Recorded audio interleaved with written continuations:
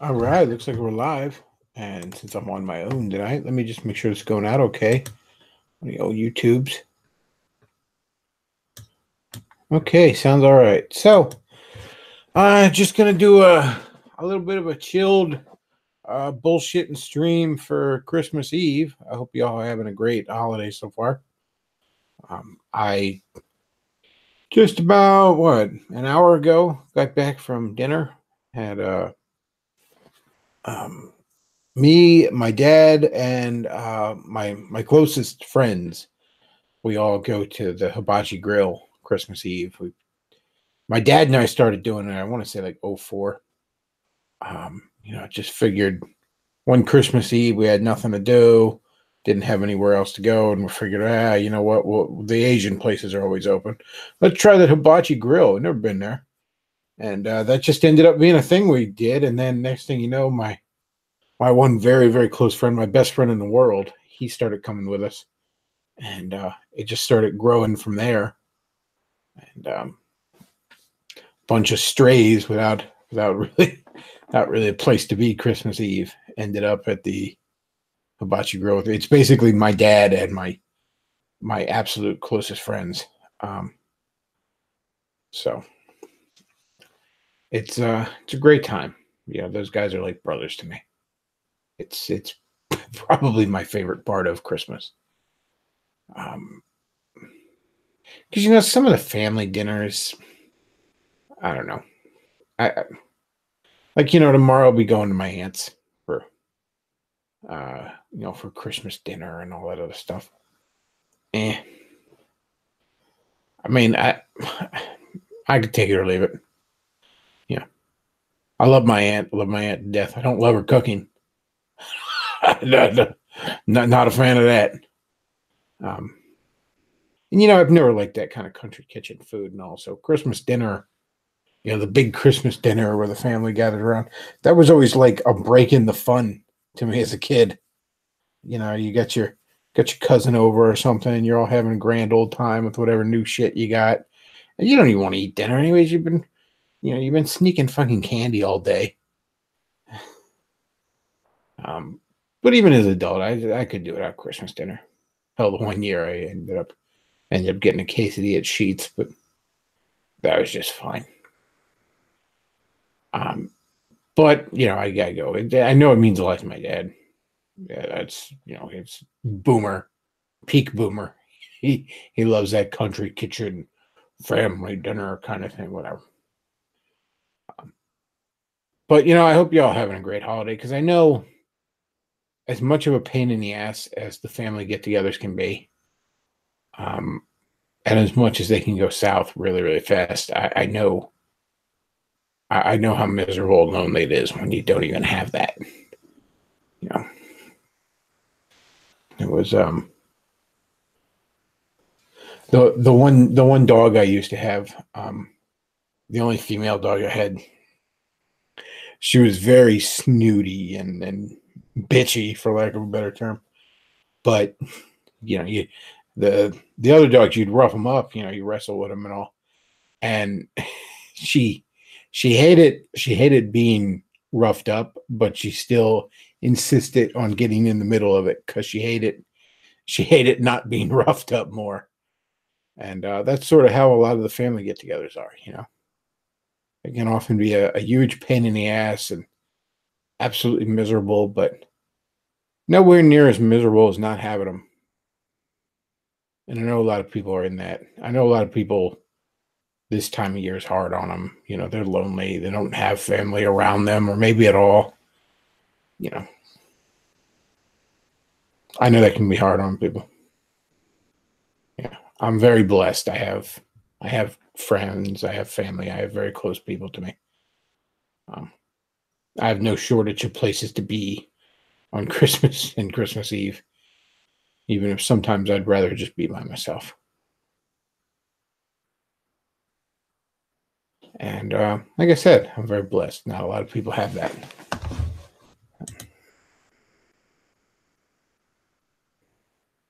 So he says Bechtloff eats weeb food for Christmas. You're damn right I do. Oh, it's such a good meal, dude. Like if you've never been to a bocce grill, it's one of those ones where you sit all around the grill, and you get the Japanese chef, and he's flinging things up in the air. He makes like a little volcano out of onion slices and fills it with the oil and vodka and lights it off and stuff. He puts on a show while he's cooking. And it's funny too, because half the time you don't even know what the hell you're eating at those kind of restaurants. Like they have some soup that they give you a little cup of, and I swear it looks like you should be eating this in a fucking Vietnamese POW camp. There's like one thin slice of mushroom in it, and there's like one little bit of chives in it, and the rest is just slightly brownish water. It looks so disgusting, and it is delicious. It's so amazing. And then they put out they give you a little salad, and remember the first time I'm there, it was like a ginger dressing. But first time I'm there, I'm like, this dressing looks like a cat threw up on it. What the hell is this? And you take a bite out of it, like, oh, that's amazing. I get the steak and chicken, and with the mushrooms and fried rice, and then I get dice up the veggies and stuff. Oh, so good. Oh man, if I was a rich man, I could eat that shit every day. I'd be sitting there for dinner every night if I was, if I win the lottery. That'll be the one thing I really, really continuously splurge on. But it's weird too, because I never go any other time. It's just a Christmas Eve thing with me. I probably won't go again till Christmas Eve 2019. I can't remember even once going there when it wasn't Christmas Eve.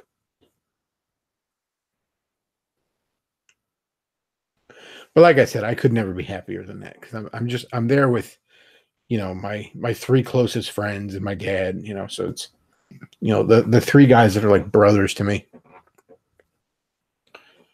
And it's just a great time. Isn't it a Jewish tradition to eat Chinese food in Christmas? It's weird because years ago, I remember my dad and I would go to the movies for Christmas, or maybe we'd sneak out someplace for Christmas Eve. Again, that's how this tradition kind of started. But years and years ago, I remember the fact that anything was open Christmas Eve or Christmas was like the best kept secret in the world. You go to the movies on Christmas years and years ago, be dead, like nobody there.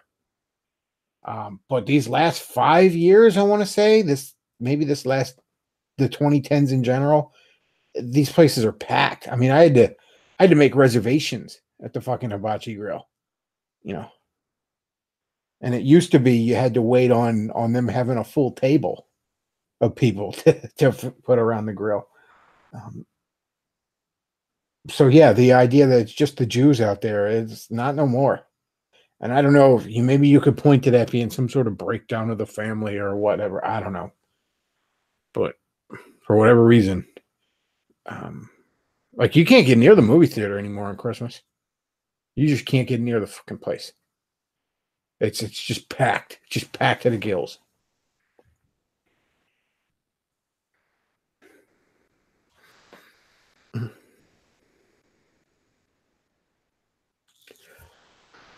So it's the one thing, and Christmas is one of my favorite times of year. I mean, probably Halloween is the only thing I like more than Christmas. And with Halloween, there's less stress. Like things don't go south as quickly as they do on Christmas. Family get-togethers and all the politics of a family get-together can quickly turn south. But you don't necessarily have that at Halloween. So I like Halloween just a touch more.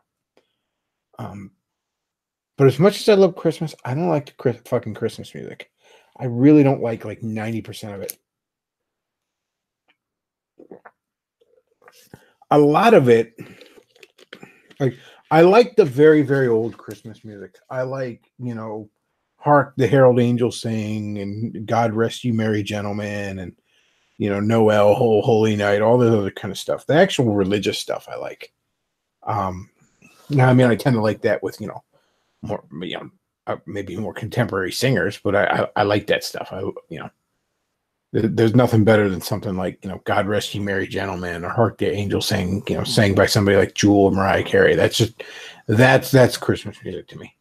But so much of the other Christmas music, not even so much modern, like a lot of people, I don't like the modern, like you see, I don't like the modern Christmas music, like, Last Christmas or something like that. I don't like the shit that's like left over from the 40s or something. Like, I despise that song, Walking in a Winter Wonderland. I hate that song so much. It's just so fucking corny. It doesn't even really have anything to do with Christmas. Just walking around in a snowstorm. Ugh.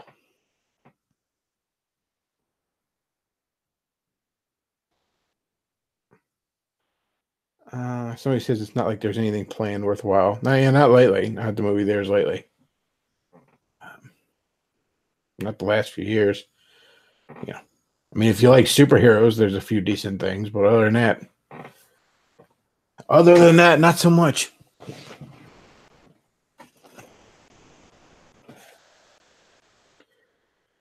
As for Christmas movies, I mean, I watch maybe for like cartoons, I watch like the Charlie Brown shit, Charlie Brown Christmas special, maybe like the Garfield Christmas special if I'm feeling nostalgic. Maybe the Chuck Jones Grinch. I don't know why we need to. There's like a new Grinch animated movie. I don't know why we need that. The Chuck Jones Grinch is just fine. I mean, I guess it made sense to remake it in live action because it's different. But I don't know why we needed an Illumination Grinch cartoon. Whatever. I don't even hate the live action Grinch that much.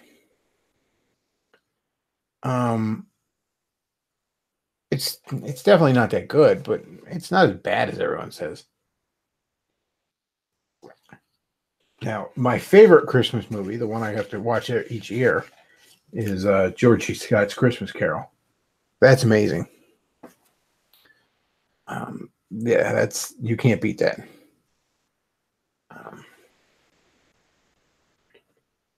Sorry, I got a text there.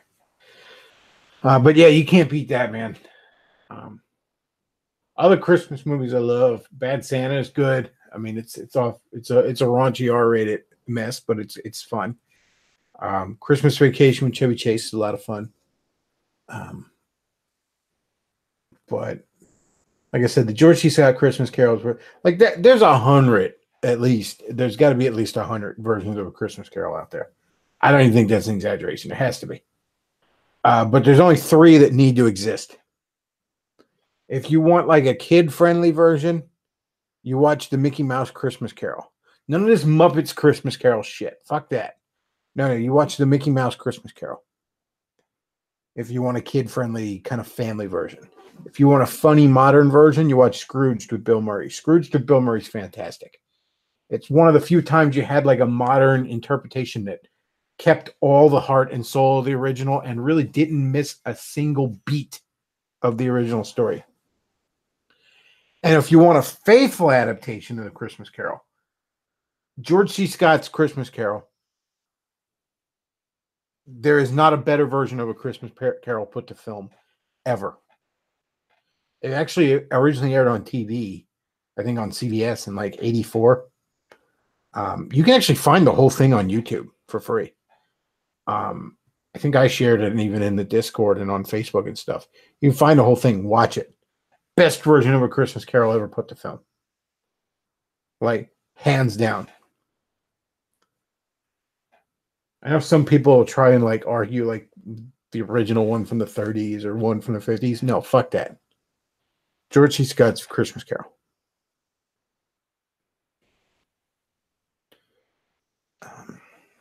Like I said, hands down, best version of it ever put to film.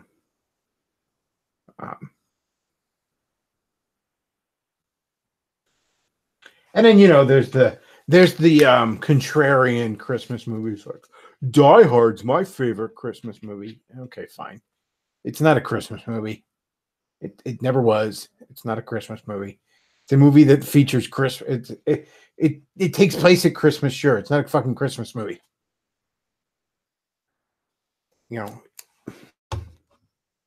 If you want to watch it at Christmas, fine. It's a great fucking movie. All right, but watch it anytime you want. It's not a Christmas movie. Gremlins, maybe arguably Christmas movie. I still contend Christmas is almost a minor plot point in that movie. You could have replaced, the guy getting you could have had the guy get a Mogwai for his birthday and really not missed a beat about that movie.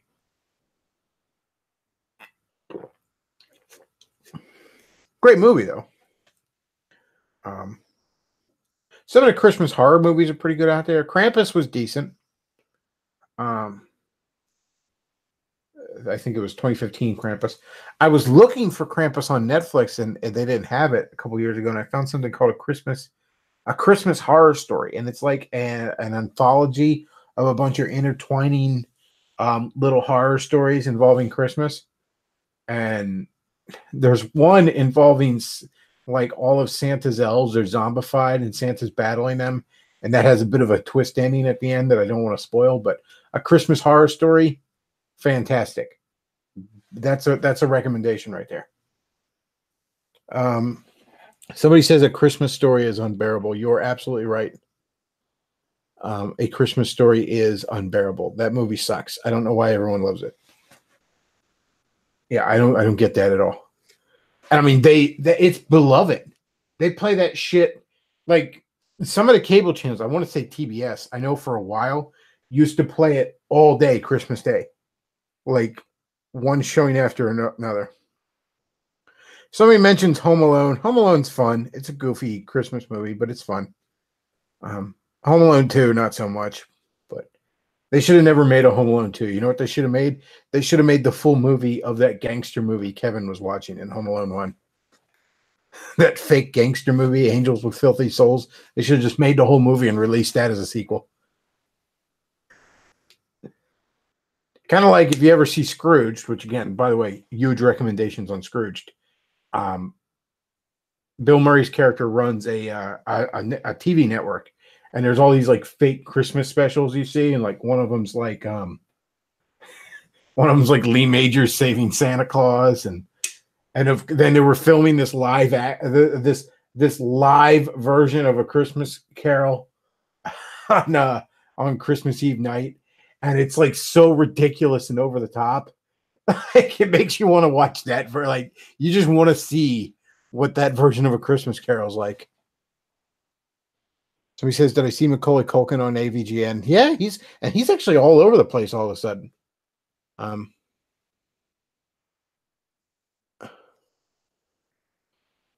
see. Let's see. Going through the chat here. But yeah, A Christmas Story. I never got the appeal of that. I'll tell you another one that I hate. Fucking Elf with Will Ferrell. That movie sucks. All right, you can stick that movie far up your ass. That movie is garbage. Oh man, that movie sucks. I'd rather watch Tim Allen's fucking Santa Claus movies than Elf. Ugh. That movie's just fucking awful.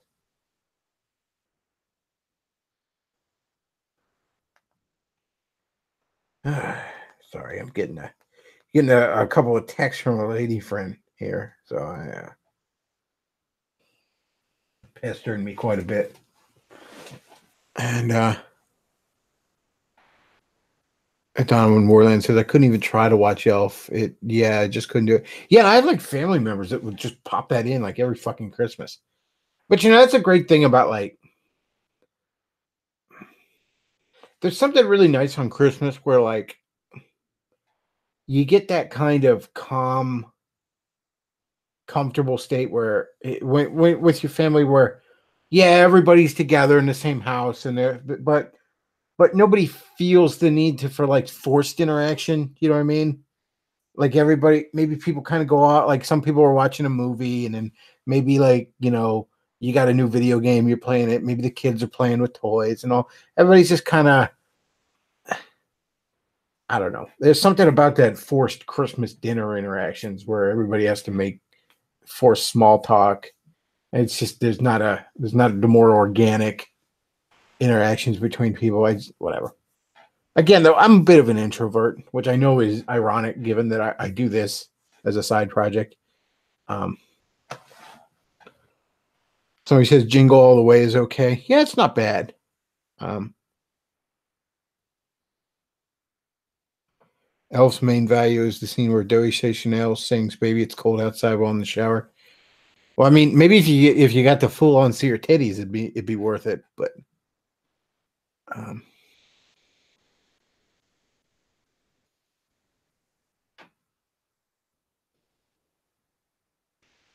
somebody says Home Alone 4. Did that even exist? I know they made a Home Alone 3 and it was like a completely different kid. Like I don't even know if it was in this. It was almost like a remake, but it was like a different character. I don't even know if those movies are set in the same universe. I guess maybe they are. But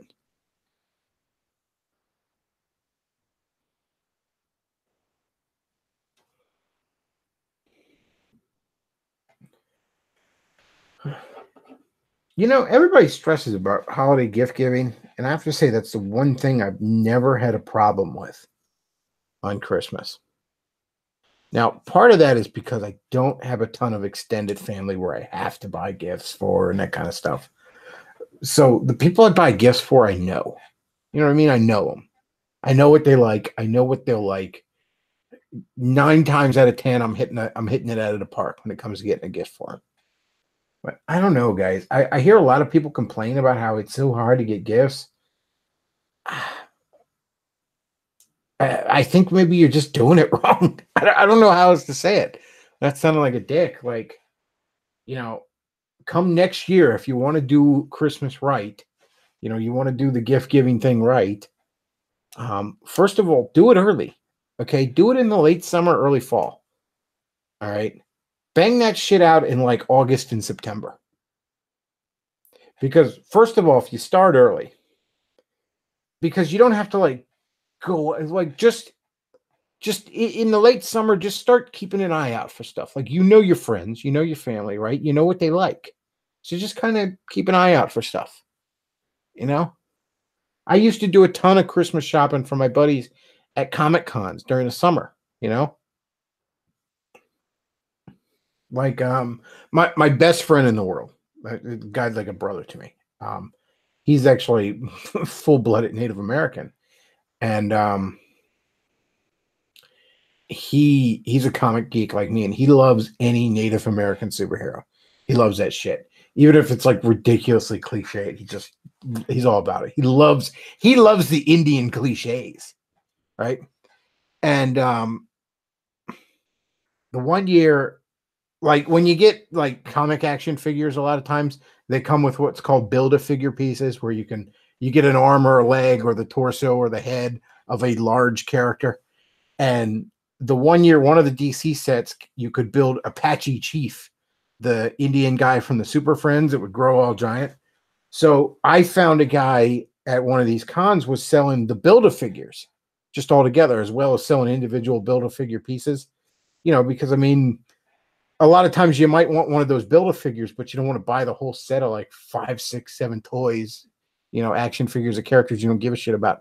So I got him a fucking Apache Chief the one year. Oh, he loved that. He loved the hell out of that, man. I've told this story before, but I'll tell it again. One of the times I was at one of those Comic Cons, and when I was born, there was a show on that my dad really liked called Tales of the Gold Monkey. It was some sort of Indiana Jones ripoff show, and it didn't really last, and it never got released officially on tape or DVD or anything. Well, when my mother's water broke, and my dad had to take her to the hospital and all, he was right in the middle of watching Tales of the Gold Monkey. And he used to bust my balls over the years. He's like, I missed my show for you, all jokingly and stuff. But the one year, I see the bootleg DVD guy has Tales of the Gold Monkey, the complete series. And it's clear that this was originally like taped right off TV. Like you see the, like, we'll be right back. And now back to Tales of the Gold Monkey as they edited out the commercial breaks. and that kind of thing. But the point is, it was all there, just as it had aired on TV. And I got him that one year, so that's the kind of thing you just gotta, if you just know your loved ones and you keep an eye out, like everybody that wants to, like, everybody that was out there this week trying to bang out their Christmas shopping, you guys are doing it wrong. Because that's when you just go out and buy some shit nobody needs or wants. Okay, just to have bought some shit for somebody. That's not how you're supposed to do it. Like, put some fucking thought into it. Like, you want to complain, oh, it's all commercialism now and stuff. Well, maybe it wouldn't be if y'all would put some fucking thought into gift giving. Like, I don't mean to be an asshole about this. I don't mean to be judgmental, but like, stop being a selfish dick and actually put a little thought and time into it. Just something as simple as starting to keep an eye out for something for somebody, a couple months in advance. And then what's great about that? I'm usually done by Thanksgiving. Hell, I'm usually done considerably before that. There have been years I've been done in the summer. There have been years I've been done before September.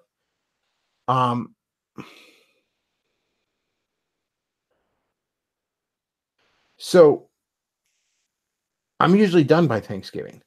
And that affords me a wonderful opportunity in Christmas season of being able to just fucking enjoy the Christmas season. Just being able to enjoy the Advent. To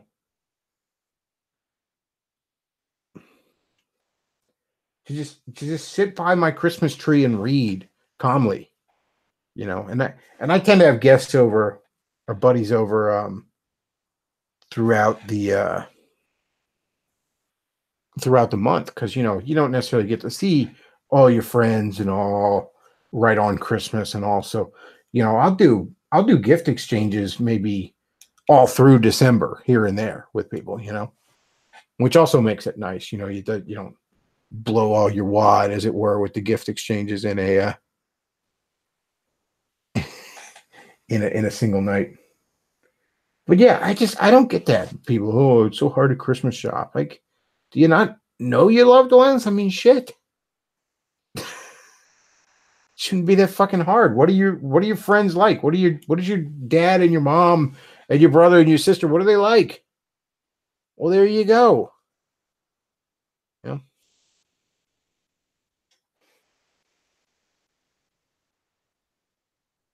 What I get, I'll give you another example. Like, I know my one buddy, he loves Swamp Thing. That's one of the characters he just adores. He just adores Swamp Thing. So the one year, I'm puttering around online. I see a site, Nerd Fuel. They have a lot of cool nerd T-shirts and shit like that.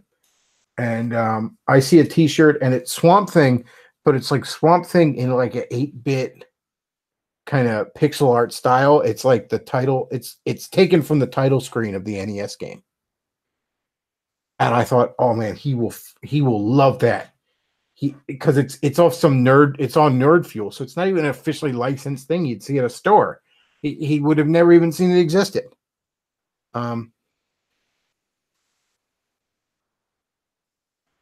Nostalgia Wound says you can't buy things for people addicted to iPads, to be honest.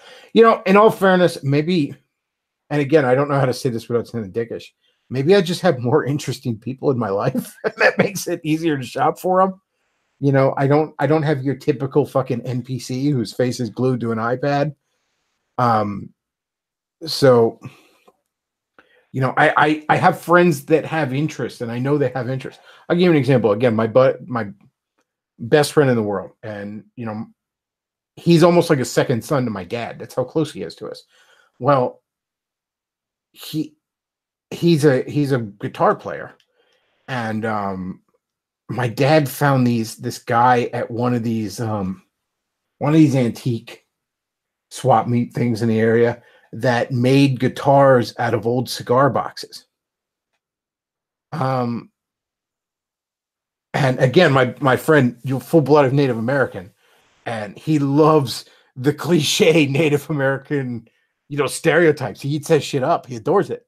So this cigar box has a bunch of like Indians on it, and it's so my dad scooped that up for him. And I mean, it wasn't cheap, but it wasn't super expensive. And he opened that up and loved it. And what I got him this year is I knew, for example, that like me, he reads some comics, and he has a real soft spot for Battlestar Galactica. He loved both the original '70s show and the newer show, right? Well, I had heard that they did a comic, like Dynamite has the right to make Battlestar Galactica comics, and they did one miniseries called Battlestar Galactica versus Battlestar Galactica, where it was like a crossover between the two universes. Like there's some interdimensional portal opens up or some bullshit, I don't know, and the two universes interact. Like the two different shows are interacting. And I knew it was written by Peter David, who is a tremendous comic book writer and his favorite comic book writer. And he didn't know anything about this. It sort of slipped under his radar. So I scooped up the trade paperback reprinting that story. Well, I mean, he couldn't even, between those two gifts, he couldn't even tell which one he loved more. He was like, "Oh, dude, I'm going to be playing this guitar and probably reading through this whole book tonight."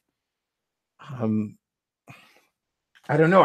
I got friends that have interests, outside of the most NPC bullshit, stuff that a lot of people have. I mean, I'm not that hard of a guy to shop for. I like superheroes. I like old retro games. Get me anything with a Bulbasaur on it and I'll smile. I mean, I'm not a hard guy to shop for, I know sometimes with geeks, it can be hard to shop for them because they're so into the things they're into that a lot of times, they tend to scoop it up whenever they can. So that can be difficult. But again, if you just think a little outside the box, if you know what they're into and you think a little outside the box, you'll get them something cool. I mentioned in my shopping guide for geeks, Hallmark ornaments are actually really cool things to get people because Hallmark has a ton of oddball pop culture licenses over the years,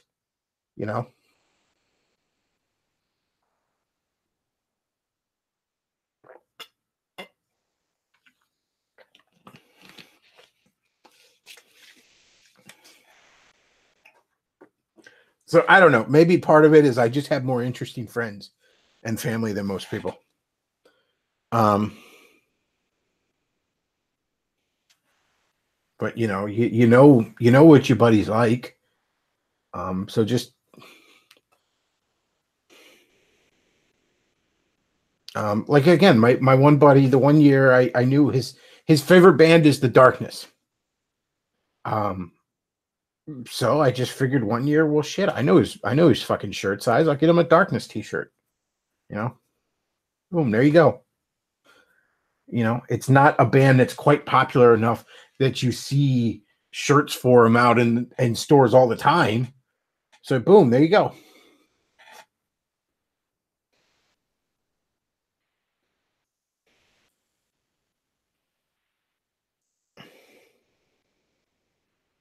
Nostalgia Wound says New Year's is the worst holiday. I will agree with you on that. I hate New Year's Eve / New Year's. First of all, if you want to go back to like nostalgia, no pun intended for your current handle, I mean, think back to when you were a little kid. Wasn't New Year's Eve and New Year's Day kind of shitty? I mean, like, I don't know what y'all's tradition was, but one of the things I remember on New Year's Day was it was the last day of your Christmas break or close to last. Maybe if it was like on a Friday or Saturday, you had one more or two more days. But it was basically the end of your Christmas break. And then a tradition in my house was, New Year's Day, one of the things we did was we put away all the Christmas decorations. Well, that's fucking sad. The party's over. Oh no, Christmas is gone. It's sad. It's like the end of the Christmas season. And there's nothing to do on New Year's Day. Like, okay, I guess New Year's Eve, if you like to get shit-faced hammered, I guess you do that. But I don't know. I'm not a guy that's ever gone to those kind of parties. there's a line in the Christmas Carol when Ebenezer Scrooge describes Christmas as a time to find yourself uh, a year older and not a penny richer. And I don't feel that way about Christmas, but I kind of feel that way about New Year's. Um, and again, as a little kid, it was the end of your Christmas break, so you got to go back to your government fucking indoctrination center. Um, and even as an adult, it's like New Year's Day. Okay, what exactly do you do on New Year's Day? Most of the stores are closed, so you can't go out anywhere. Forget going out anywhere. Most everything's closed. Um, there's nothing on TV anymore, anyways. But even back when there were things on TV worth watching, there was nothing ever on New Year's Day. So you just sort of sit around like, what the fuck? I mean, okay, I get the party dipshits got to sleep off their hangover, but for fuck's sake, after 1, 2 in the afternoon, aren't they done with that? Yeah, I don't like New Year's Day at all. I'd just assume work on New Year's Day for all I care.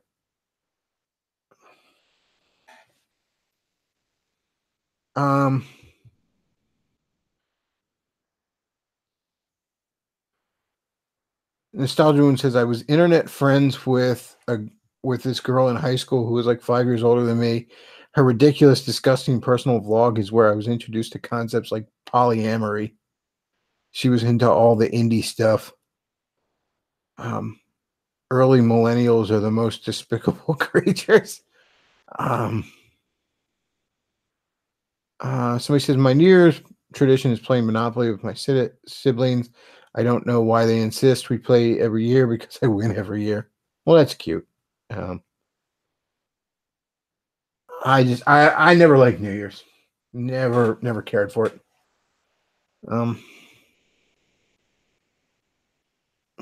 Somebody says it's nice to have a day where you can just mellow out and catch your breath. I guess, but like I said, it was something, part of it is I've always had this sort of, I don't know, Sunday blues, as it were. And I don't know, maybe some of it's PTSD from all the times back in school as a kid when, there was a ton of homework due Monday and I didn't do any of it because I was a lazy fuck. That I often joke there's that gnawing feeling of a book report's due Monday and you didn't even read the book kind of feeling on a Sunday night. And I just sort of get that feeling on New Year's Day. That's just sort of, I don't know. I don't care for it.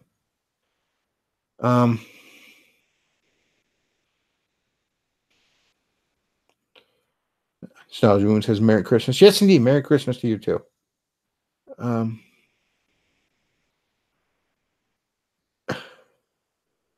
Somebody says New Year's sucks because it's Sunday. Monday's around the corner.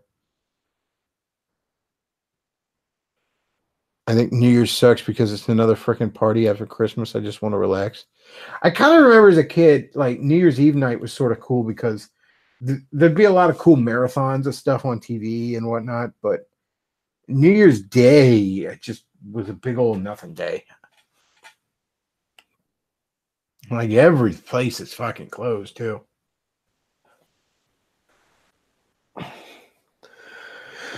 But yeah, as for Christmas presents, I mean, if you want to make the holidays less stressful, just come next year. Just start early, man.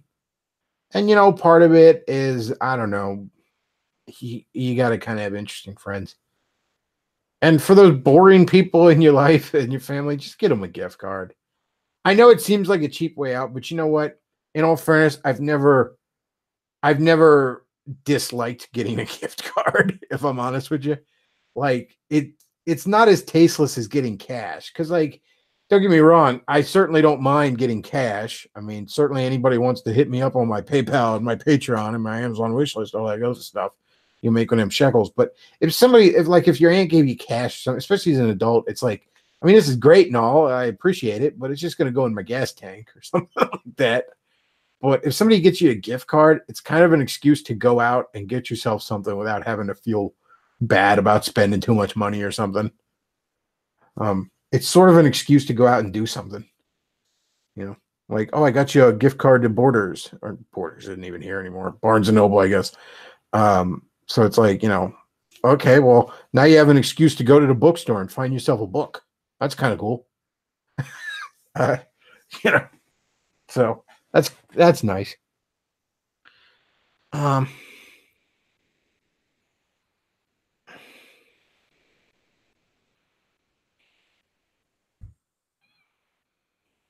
my girl, Nostalgia One says, my girl and I saw The Big Short a few years ago to ring in the New Year's best one I ever had. I wish more movie theaters did showings that ended after midnight on New Year's Eve. Yeah, it's kind of cool. There's a lot of movie theaters that have started doing those sort of special showings of older movies and stuff. I guess because aside from Marvel movies, they can't get anybody into the fucking seats for the new shit. Man,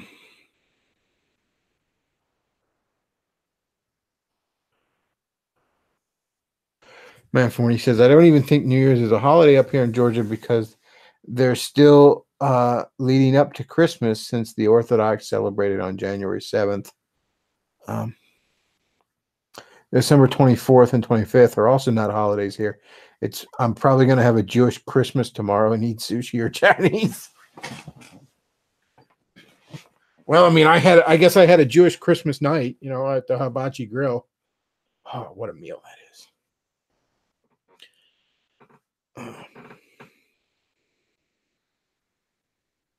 So he says, gift card to me felt insulting. Like you don't know the person well enough to get them what they like. I can understand that sentiment.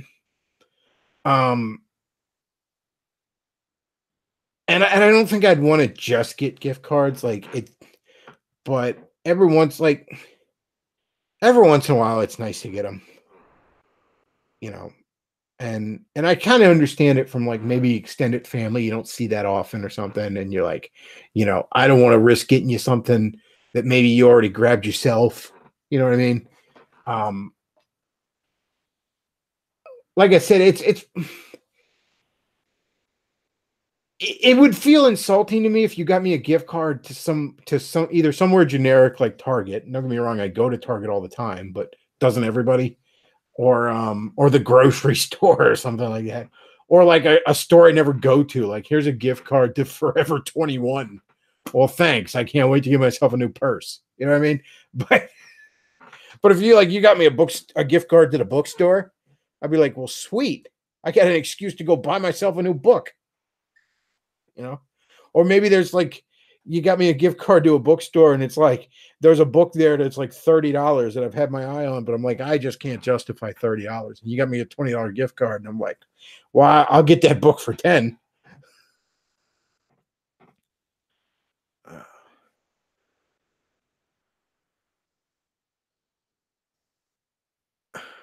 Christmas was awesome last year because I celebrated Catholic Christmas with my Hungarian friends in Budapest. Then I went to Ukraine with my girlfriend and celebrated Orthodox Christmas with her. Well, that's cool. Nostalgia Moon says, here's a good one, Bechtloff. There's a book about this girl called Malia bitching about how the Taliban didn't allow their girls to be educated. Okay.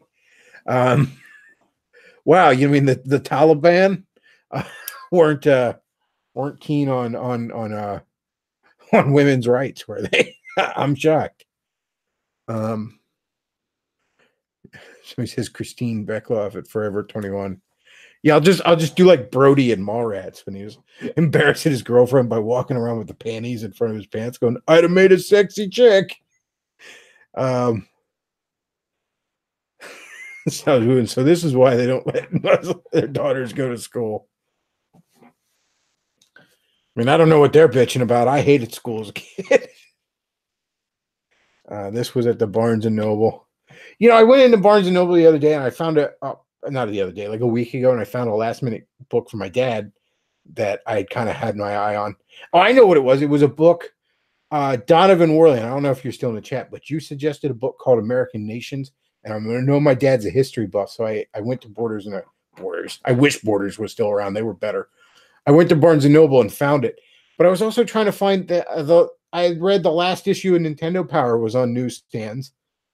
like the last one they were gonna do, and this Nintendo Power is folding up. It was supposed to be this big celebration of the history of the magazine. I was gonna scoop it up, but they didn't even have it. So maybe I'll order it online. Who knows?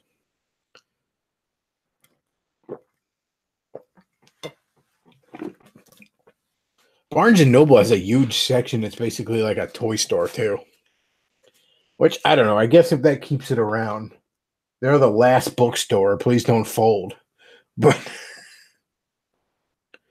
um,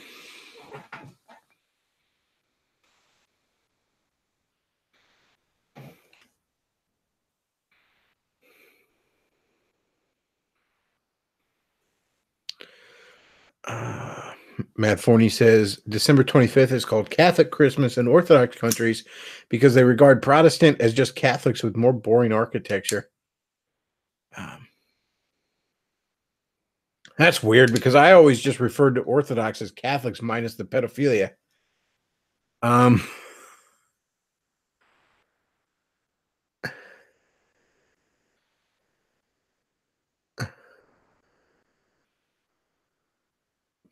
just base towel heads. Yeah. But yeah, Donovan Warland, thank you for that book suggestion. That I mean, I haven't read it myself, but I think my dad will really like that. And he's not going to hear this. He never really listens to this show, and even if he does, he's not going to listen to it before Christmas morning. So fuck it. Oh, I found the greatest thing for him. Again, this is what I'm talking about, where it's like just put some effort into it and plan ahead of time. In the summer, I went to a gun show, and a bunch of the old rednecks and all were selling some books there. Some of the, and mostly books on military history. Well, I found this one book. It's like it's like officially. I don't have it in front of me, but it was like officially licensed by the Navy, and it was like an owner's manual for not owner's manual, like operations manual for one of the guns on like an aircraft carrier or battleship or some horse shit like that. I don't even remember what it was off the top of my head.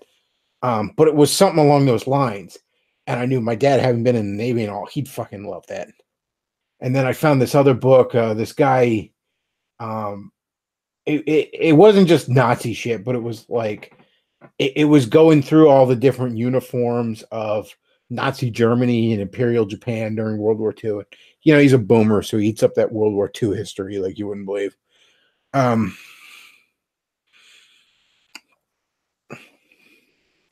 So, like I said, you just keep an eye out for shit throughout the year,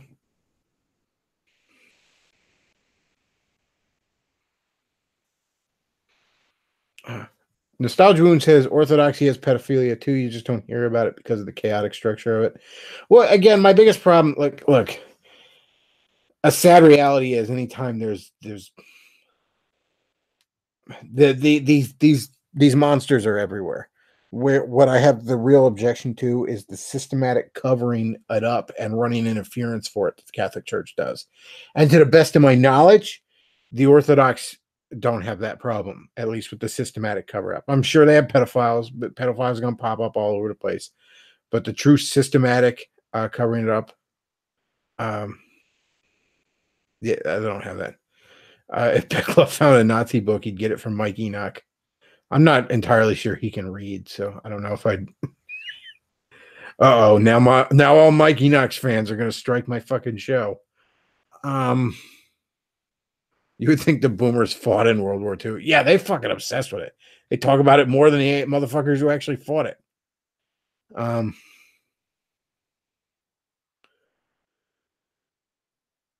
Barnes and Noble sucks. It's not that good, that's for sure. Borders was way better. I miss Borders. But Barnes and Noble is the last fucking bookstore we really have. You got a few mom and pop bookstores here and there, and if you have one in your area, do support it. But for a lot of us, Barnes and Noble or nothing. I guess you got Books A Million if you have a mall near you. What used to be, what the hell were they? They used to be Walden's, and then they turned into Books A Million. They're okay.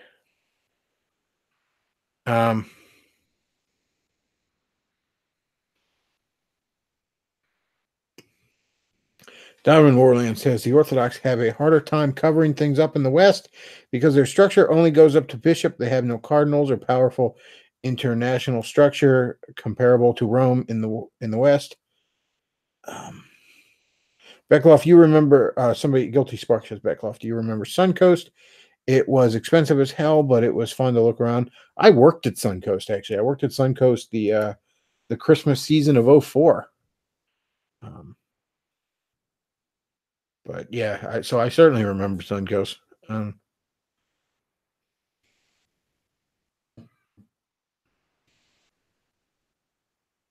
only thing better than Borders is walls to go with it.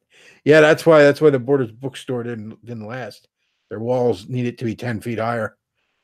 That would have kept them around.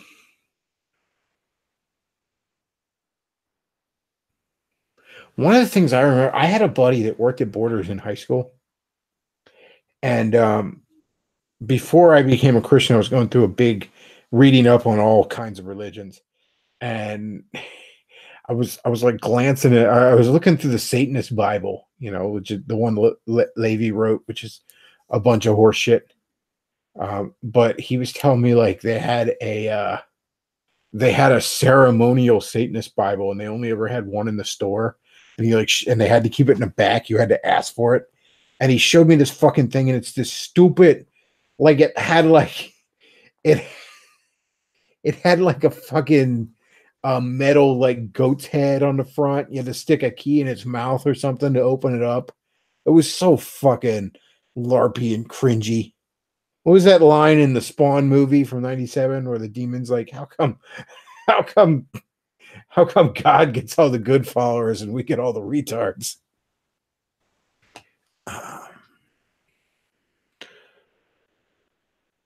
Will the Bechtloff have a New Year's Eve special stream? I don't know. Maybe we might just go with a regular Saturday. We might just go to regular Saturday thing. Nostalgia Moon says Suncoast had a huge weeaboo section before that was a major cultural demographic. Oh yeah, they were one of the first places where you could get all that gross Japanese candy and shit like that.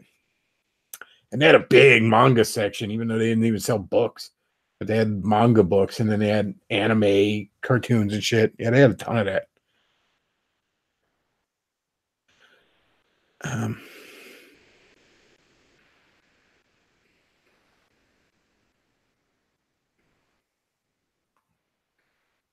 Let's see.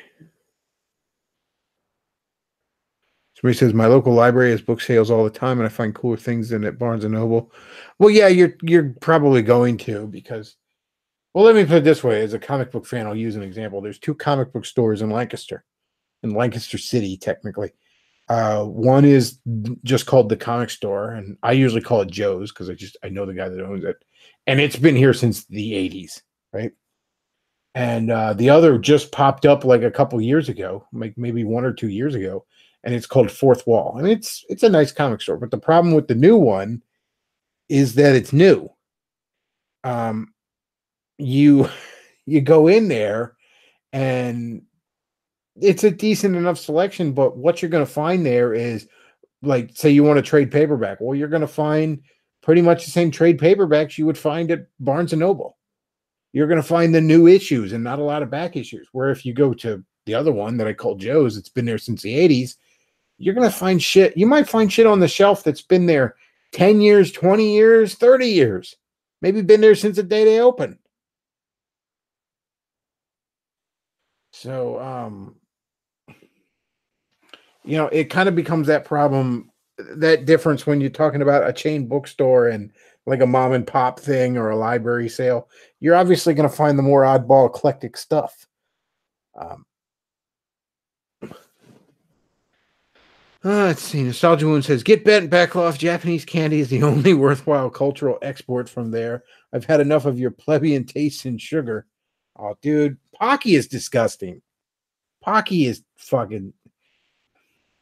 disgusting. And a lot of those fucking gummies.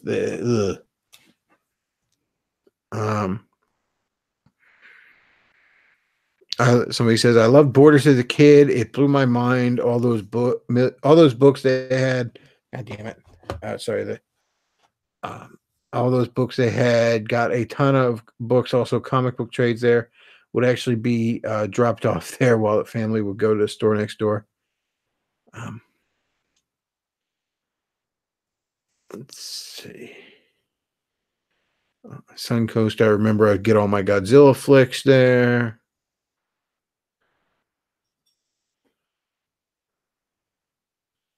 Pocky, yeah, those have always tasted a bit odd. Yeah, I don't um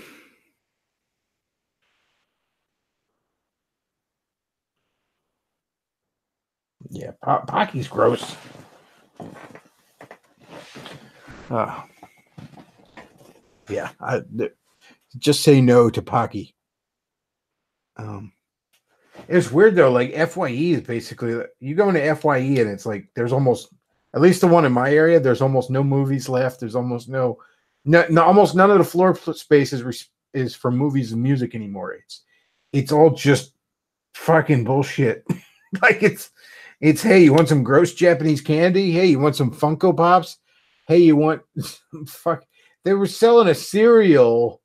I guess some WWE character. Some joke about him is a cereal called Booty Holes. So they're selling a cereal called Booty Holes. Like, come on. Ugh.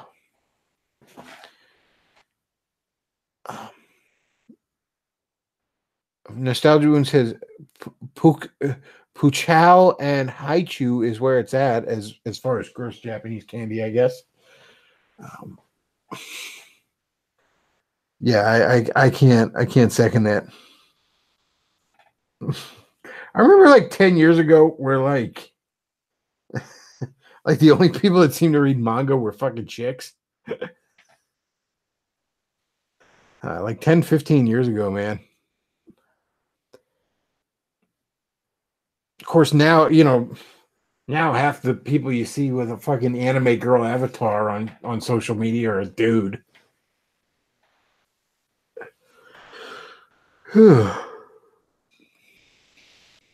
um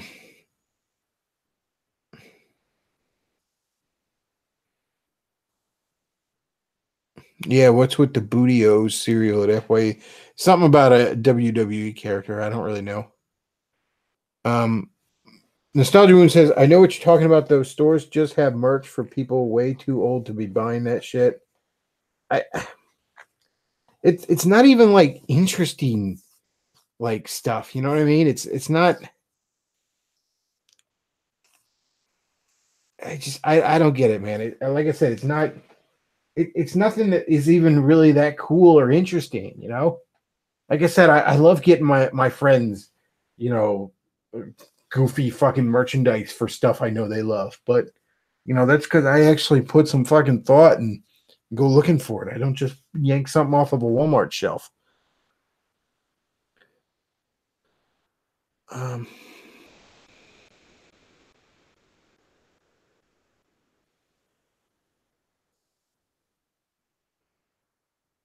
would have thought one day you could buy an arcade machine from Walmart?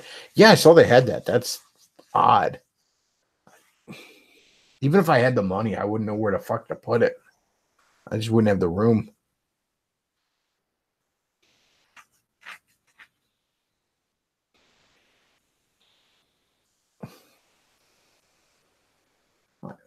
I don't know.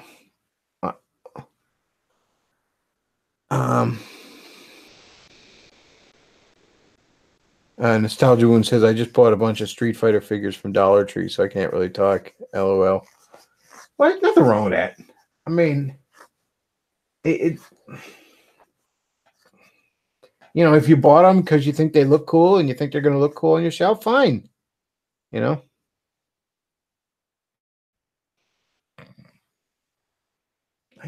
Some of it's just such, I don't know. Like, maybe it's me being all hipster-ish, but like, I don't want to have, I don't want to get the exact same thing everybody else has to decorate my bookshelf with. You know what I mean? Like, I don't want to just like, okay, all of us have this exact same fucking figure. which is part of why I don't have that many amiibos anymore. I cut my amiibos way down. But I don't know. Nothing wrong with that, but all things in moderation. I mean, yeah, you don't want to be the guy that, has no fucking life and all he does is collect fucking anime girls on his shelf. But you also don't want to be the super serious big brain nibba who can't ever have fun. And he's busy fart huffing and then he joins a pagan cult. You don't want to do that either.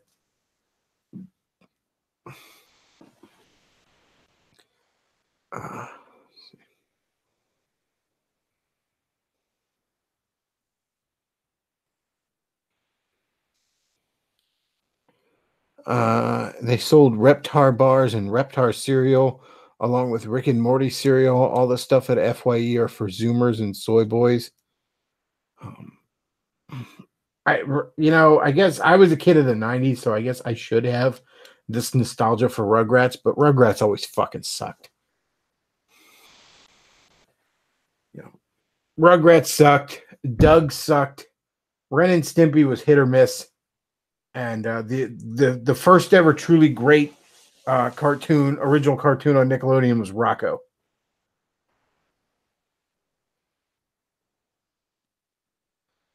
I don't get the Rick and Morty thing. I like Rick and Morty. I think Rick and Morty is a funny show. I think the first 2 seasons are very funny and very clever and very well written adult animation. The 3rd season, it's okay. It's not awful. It's not nearly as good as the other 2. I say all that though to say that Rick and Morty fans are some obnoxious motherfuckers. Hell, the creators behind Rick and Morty are some obnoxious motherfuckers. The show is still good. I enjoyed the show. I almost feel embarrassed having to admit that now because I sound like some fucking fedora screaming about Szechuan sauce now. But it was a funny show.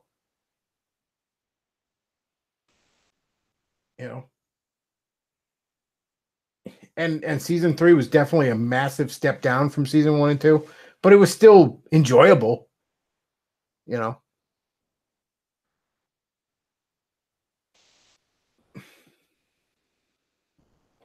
It became, and even like all the fedora shit in it.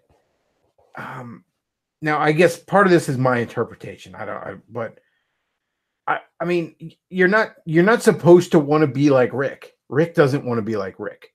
And the only reason Rick doesn't believe in God is because he resents the idea of having to be held accountable to anything higher than himself.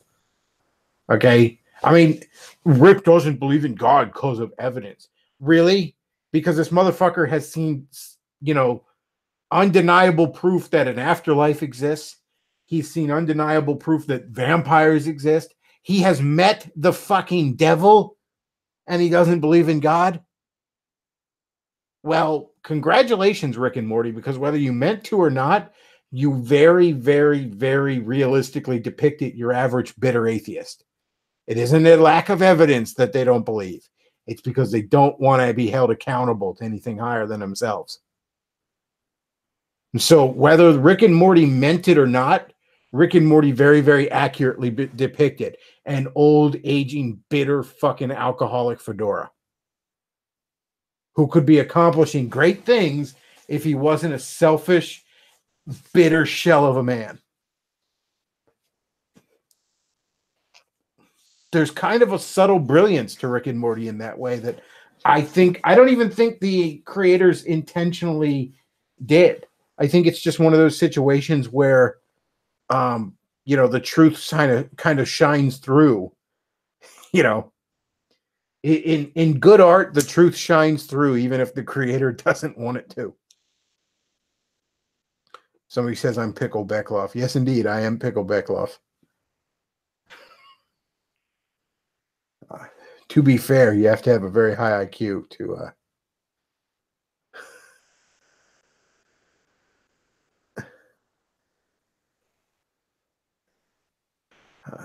Nostalgia Wound says, right, artists almost always express opinions that are contrary to the conclusions that their art reaches.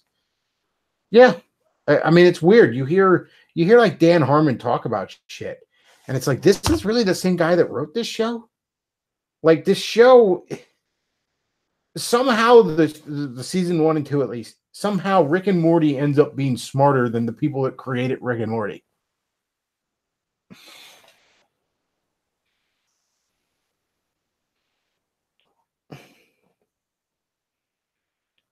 If you go to GameStop, they have a giant Pickle Rick plush.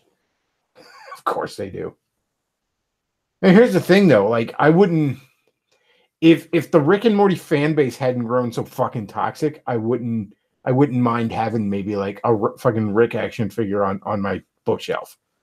Because I really, really liked the show at first. But, well, in fact, one thing I got off Ripped Apparel that was pretty cool. It was, if you ever seen the t-shirts on Ripped Apparel, it's usually like a combination of like 2 different franchises or something. But it's like Rick and Morty flying in their little spaceship thing.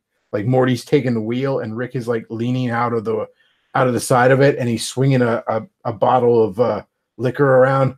And on the other side is Doc Brown and Marty. And like Marty's taking the wheel, and Doc Brown is like leaning out, and he's trying to beat Rick up with a hoverboard. And it's a cool shirt. I got it off, Ripped Apparel, and now I feel weird about wearing it because I don't want some fucking Spurg fedora to run up to me and scream I'm Pickle Rick in my face.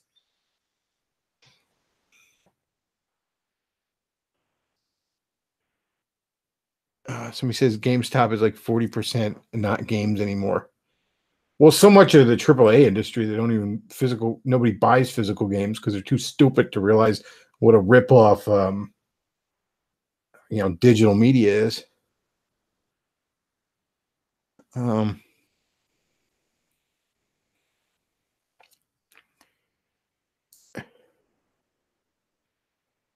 Somebody says, I have a feeling there's going to be an episode that goes full fedora and it will be insufferable. It's funny, like every time Rick tries to go full fedora, the show sort of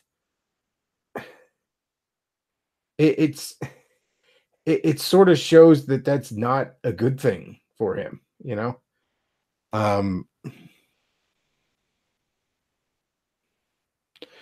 Bechtloff, thoughts on the brick and mortar stores of the future? I don't know where this is all headed. Like, digital media is an absolute fucking ripoff. Okay, I can understand it to some extent. I'm not saying it doesn't have its place. But when you buy something digitally, you don't own it. Okay, you do not own it. We need to get back to physical media. We need to get way, way back to it.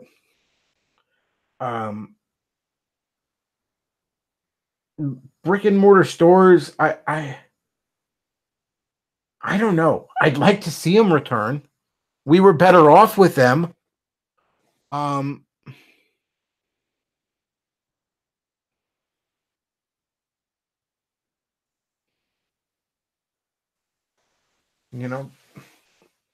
knows?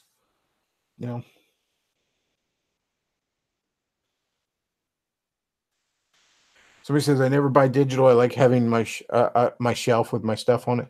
Yeah, there's that. I mean, certainly if you're a nerd like me, you like building a library. But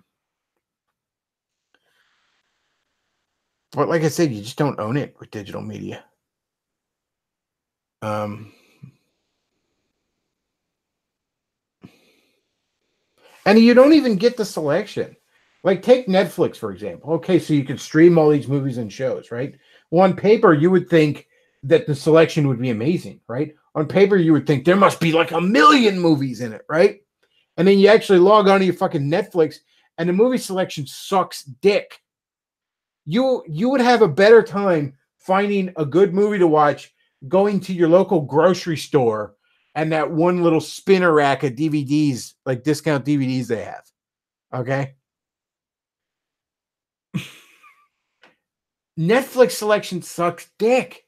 And every time I'm going through Netflix selection, I'm like, why did we turn our back on the video store again? Because the video store was fucking awesome.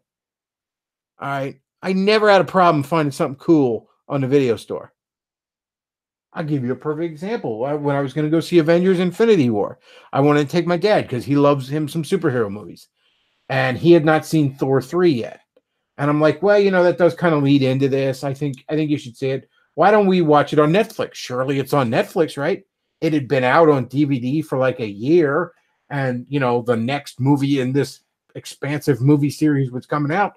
So surely everyone would want to watch it on Netflix. Motherfucking thing wasn't on Netflix. How do you not have the rights to all the Marvel movies when you're producing Marvel fucking shows?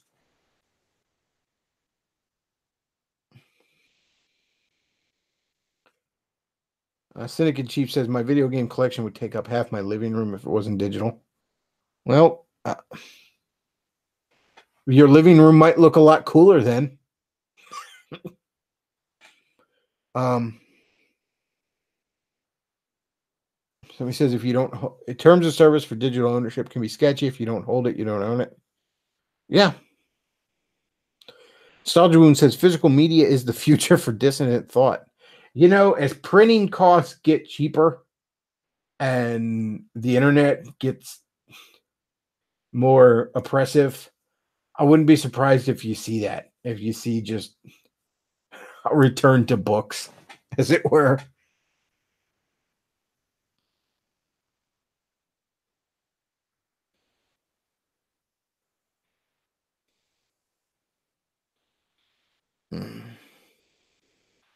The only good reason to buy digital is if it's dirt cheap, but 9 times out of 10, it's not. I mean, I can understand the appeal if you have all your games on your little device. Like I have a few digital. I don't never purchase digital. Like I purchased a few games off the eShop for my 3DS, for example. Like I got Mega Man 5, the Game Boy Mega Man 5 on my 3DS, right? Now, Mega Man 5, to get the actual Game Boy card, is something like $100 because it's just super rare for some reason. I could get a reproduction to play on my Game Boy for like 30, or I could just spend the $5.99 or however the hell much it was, and I have it on my 3DS for as long as I have my 3DS. That's fine. I'm not saying it doesn't have a place, but we're leaning on it way too hard. Nostalgia Moon says the video stores kept their stock. You could find all sorts of obscure, interesting stuff. Licensing is a cancer. That's all they have. Buddy Smith. Oh, he's responding to Buddy Smith.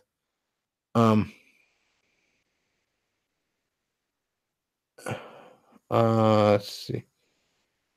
Netflix, for some god-ass reason, pushes all these weird Hindu movies, and I ask what the hell they ask for these films. Like I said, now sometimes that's kind of cool. Like I said, I wanted to find Krampus on Netflix one time because it had just kind of come out, and they didn't have it, and they suggested Christmas Horror Story, and I watched it instead, and it was kind of better than Krampus.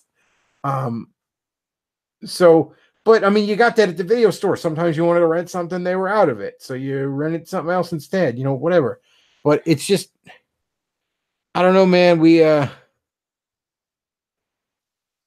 turned our back on the video store, and I don't think we should have. Can we go back? Can we all agree to go back?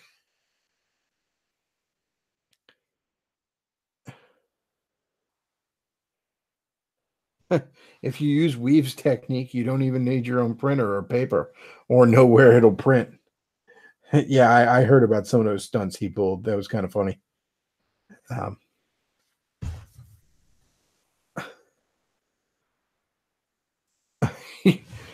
Someday our truth bombs will be dropped on DVD, CD, and flash drives.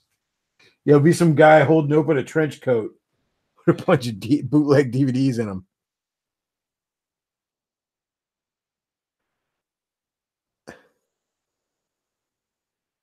Somebody says it will come full circle with Blockbuster making a return, and Netflix will be the position that Blockbuster was in when Netflix got big. That would be fucking hilarious. Blockbuster still exists as a company.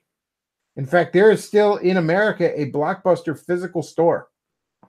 Last I heard, the last Blockbuster is in Alaska, where the internet is like super spotty and nobody has a Netflix. It's some Alaska fucking town.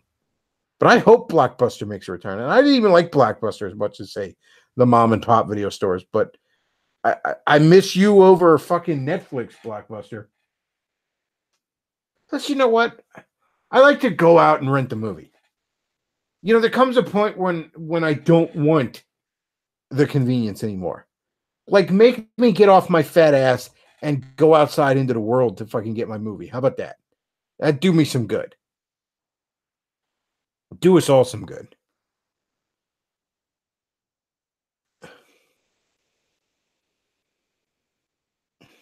Somebody says Netflix will be bought out by a larger company in the next few years. They're deeply in the red and they can't seem to pull themselves out. Well, from what I understand, they're spending money like a drunken sailor. I mean, their original programming, a lot of it is high production value, and I can't imagine it's cheap. I can't imagine the Marvel shows were that cheap to make. I can't imagine Stranger Things was that cheap to make.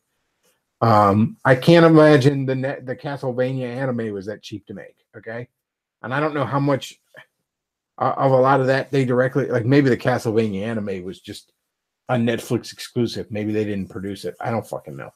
But I know like recently they spent like several $1,000,000 getting the license to stream Friends for another year. The show fucking Friends. Who cares? Yeah, you can't be spending like that.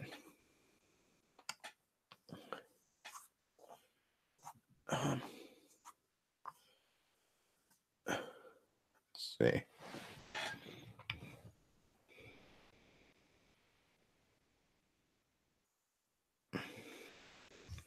Well, it's getting late, and I'm going to have to get up for Christmas tomorrow. I got a family to go see and whatnot. So everybody, I hope you have a wonderful Merry Christmas tomorrow. It's 11 minutes away here on the East Coast, and like I said, I know Christmas can be a hassle, guys, but I don't know. Maybe part of it is I just have an interesting, a better group of people around me. Who knows? But all the gift giving and the parties and you drinking your eggnog and you decorating your tree and you eating a candy cane and you watching Rudolph and all this other shit. That's all well and good. But I mean, at the end of the day, this is to celebrate the birth of the Savior. So don't lose track of that. And even all the commercialism, even all the hustle and bustle, I don't mind it. There's something about like everybody would be like, oh, the Christmas tree, that was a pagan symbol, and it was Christ wasn't actually born on December 25th. They just moved it so that it would be kind of in line with the gay pagan solstice festivals or whatever the fuck. But you know what? I don't mind that because that means that we won. I mean, suck it, pagans. yeah, we took your shit and we slapped our shit on top of it. We took your gay fucking festival and we bent it and twisted it to serve our God, the real God. Suck it. We won. So I don't mind the fact that the Christmas tree and much of the Santa mythology comes from paganism. Well, too bad. And I don't mind all the hustle and bustle of the commercialism and that everybody celebrates Christ's birth, whether they believe in him or not. There's that phrase in the Bible that at the end of when God finally draws the curtain on human history, every knee will bow and every tongue will confess. Well, guess what? On Christmas, that happens a little bit, doesn't it? All these fucking atheists and shit, they still want a Christmas present, don't they?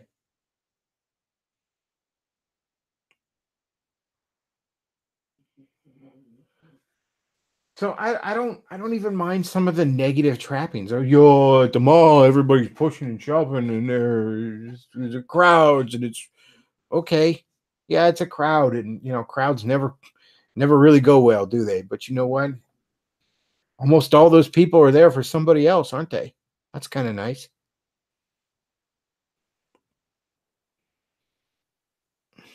So suck it, pagans. Yeah, we cut down your gay fucking Odin tree, and we decorated it with glass balls and lights, and we called it a Christmas tree, and we sang about Jesus around it. Suck a dick, pagan.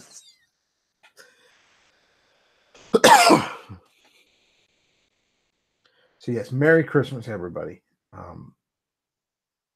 Merry Christmas indeed. I hope you have a good one tomorrow. And if you enjoy the content I put out, do consider hitting up the tip jar. You know, hey, it is Christmas. You want to get me something nice? You know, I got a wish list down there. Want to get your favorite Bulbasaur or something? You can send a PayPal donation of any amount. You could send become a regular supporter on the Patreon of any amount, $1 or more. So yeah, that's about all we got for tonight, folks. I want to thank you all for listening. Merry Christmas, Happy New Year, and Bechtloff out.